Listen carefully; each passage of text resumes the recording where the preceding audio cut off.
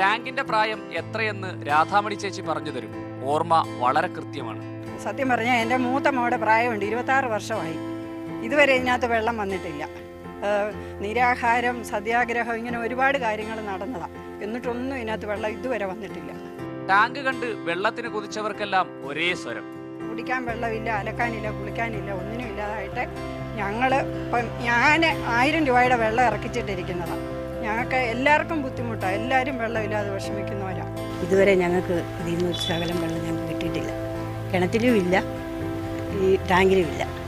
Tank സ്ഥിതി ചെയ്യുന്ന നീലമ്പേരൂർ, കാവാലം പഞ്ചായത്തുകൾക്ക് ശുദ്ധജലം എത്തിക്കുന്നതിനായിരുന്നു പദ്ധതി. എന്നാൽ വരൾച്ചയും ഉണക്കും എത്ര കഴിഞ്ഞിട്ടും ഈ ടാങ്ക് ഉണങ്ങിത്തന്നെ കഴിയുന്നു.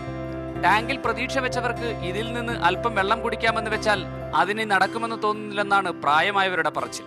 വാട്ടർ ടാങ്കിൻ്റെ സ്ഥലമാണ്. ഇവിടെ കുളം കുഴിച്ച് വെള്ളം സംഭരിച്ച് മേളിൽ അടിക്കാൻ പറഞ്ഞിട്ട് പോലും അവർക്ക് അതിനകത്ത് ഒരു ഉത്തരവാദിത്വം വന്നിട്ടില്ല.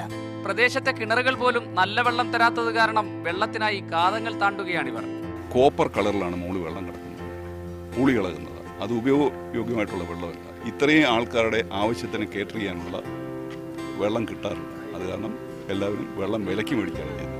സർക്കാർ നൽകിയ ടാങ്കിൽ നിന്ന് വെള്ളം ലഭിക്കുമെന്ന് സ്വപ്നം കാണുന്ന ഈ ജനങ്ങൾക്കും ക്യാമറ പേഴ്സൺ മാഹീനുമൊപ്പം യു ഷൈജു, മീഡിയ 1, ആലപ്പുഴ.